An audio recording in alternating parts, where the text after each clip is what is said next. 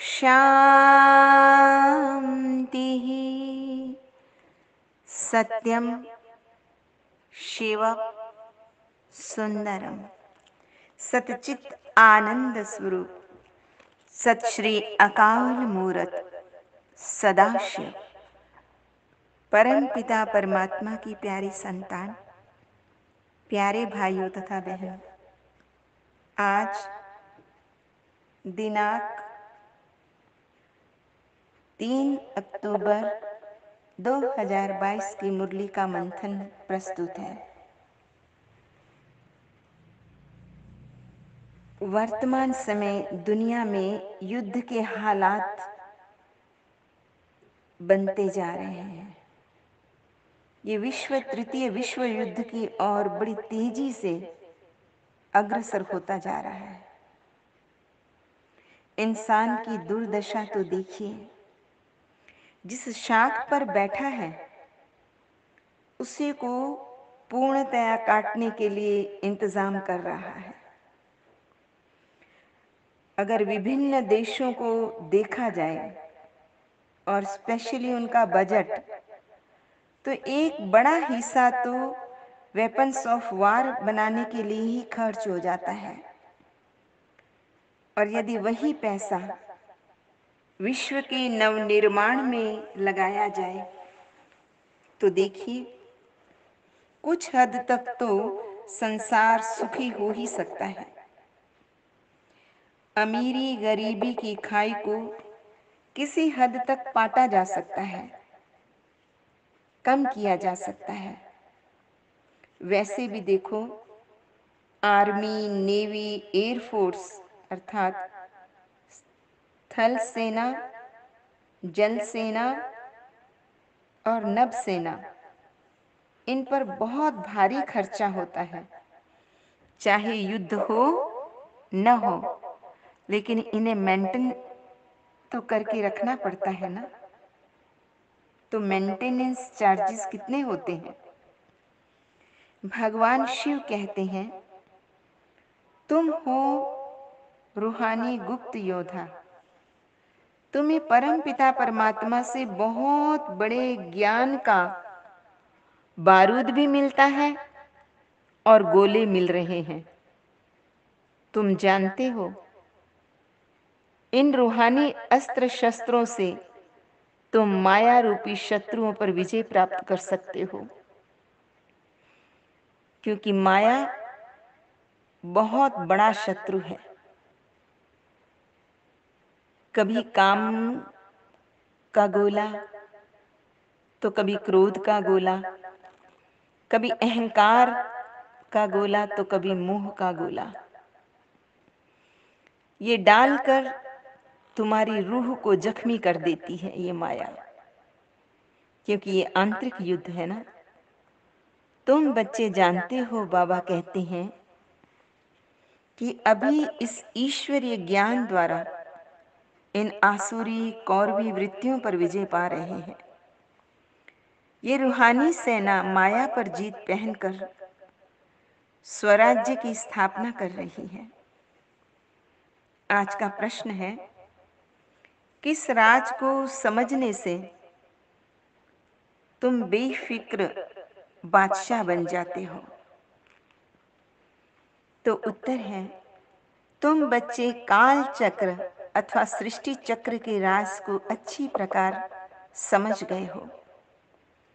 तुम बच्चे जान गए हो कि इस धरा पर वृहद वर्ल्ड ड्रामा चल रहा है। इस ड्रामा में हम सभी एक्टर्स हैं। देह रूपी पोशाक पहनकर विभिन्न रिश्तों के साथ विभिन्न पार्ट बजा रहे हैं। एक आत्मा का पार्ट दूसरी आत्मा से मिल नहीं सकता। हर आत्मा का पार्ट अनूठा है, अनुपम है, अलौकिक है। हर आत्मा के गुण, कर्म और स्वभाव भिन्न भिन्न हैं। ये चक्र 84 का चक्र है। किसी भी एक्टर को अपना पाठ बजाकर अपनी आगे की यात्रा पर निकल जाना होता है। कोई भी संबंध इस सृष्टि पर स्थायी नहीं है, पल पल बदलने वाला है। इस ज्ञान के राज को समझने से हम फिर बेफिक्र बादशाह बन जाते हैं। राजयोग का अभ्यास करने से, इस विधा से अपना कर्मों का पुराना हिसाब किताब चुकता करके हम कर्मातीत अवस्था को पा लेते हैं। इस संगम पर भगवान हमारी ज्ञान योग से बुद्धि रूपी झोली को भरकर हमें साहूकार बना रहे हैं। जब से ये बोध हुआ है कि परम पिता परमात्मा वो सत्यम शिवम सुंदरम से हमारा अनादि संबंध है, तब से हम इसी भाव में रहते हैं कि हमारे सिर पर उस परम पिता परमात्मा, उस सर्वशक्तिवान चैतन्य का हाथ है। तो फिक्र किस बात की है? नो डाउट, रास्ते में चलते चलते कई बार कई आत्माएं हताश निराश भी होती हैं, लेकिन जिनकी संग में वो सर्वशक्तिवान है, उन्हें घबराना नहीं है। कभी ये नहीं कहना, कंप्लेन नहीं करनी कि मेरी मुश्किलें बड़ी हैं। ये मत कहो खुदा से मेरी मुश्किलें बड़ी हैं, ये मुश्किलों से कह दो मेरा खुदा बड़ा है। आती है आंधियाँ तो कर उनका खैर मकदम, तूफान से लड़ने खुदा ने तुझे गढ़ा है।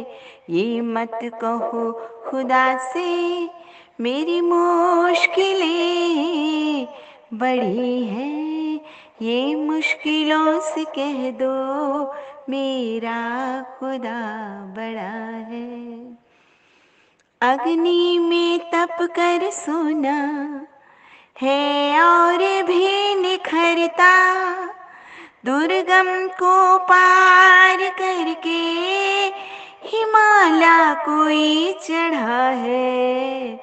लाएगी रंग मेहनत आखिर तुम्हारी एक दिन, होगा विशाल तरुवर ये बीज जो पड़ा है।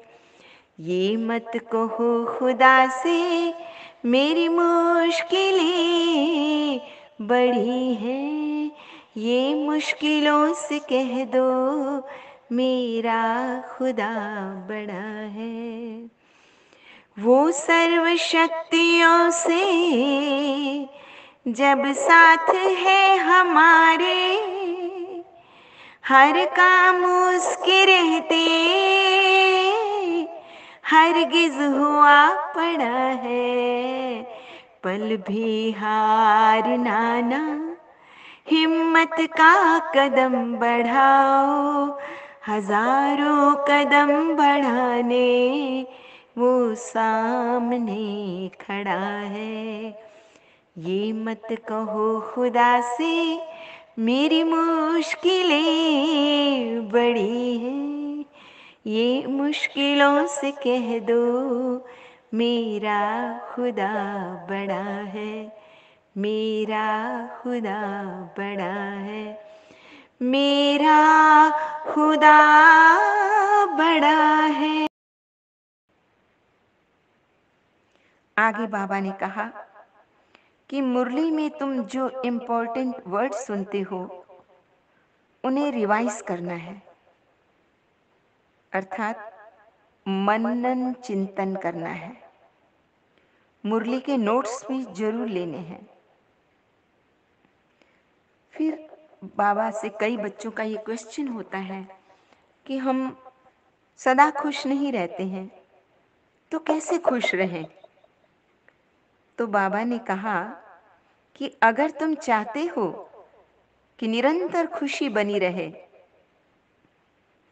तो खुशियों का दान करने की सेवा करनी है।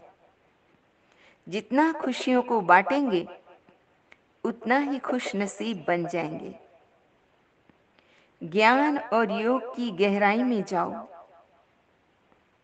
धर्म का मर्म समझो और स्पिरिचुअल सर्टिफिकेट लेकर दिखाओ। सिर्फ बातें नहीं करनी है, उसे जीवन में जीना है। आज का वरदान है, ड्रामा में समस्याओं को खेल समझकर एक्यूरेट पार्ट बजाने वाले हीरो पार्टधारी भव। सचमुच जिंदगी है खेल, कोई पास कोई फेल। खिलाड़ी है कोई, अनाड़ी है कोई।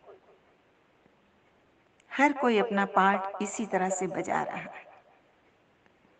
हीरो पार्टधारी उसे कहा जाता है जिसकी कोई भी एक्ट साधारण न हो, हर पार्ट एक्यूरेट हो। कितनी भी समस्याएं हो, कैसी भी परिस्थितियां हो, किसी के भी अधीन नहीं, लेकिन अधिकारी बनकर समस्याओं को ऐसे पार करो जैसे खेल में पार कर रहे हैं। खेल में सदैव खुशी रहती है ना, खेल चाहे कैसा भी हो।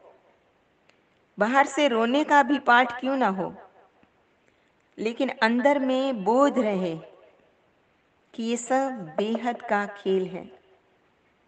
खेल समझने से बड़ी समस्या भी हल्की बन जाएगी। तो इसलिए जिंदगी को खेल समझकर चलना है। आज का स्लोगन है, जो सदा प्रसन्न रहते हैं वही प्रशंसा के पात्र हैं। क्योंकि जो प्रसन्न रहते हैं वो सबको खुशियां बांट रहे होते हैं। अच्छा, मीठे मीठे सिकिलदे बच्चों प्रति माता पिता बाप दादा का याद प्यार और गुड मॉर्निंग रूहानी बाप की रूहानी बच्चों। नमस्ते।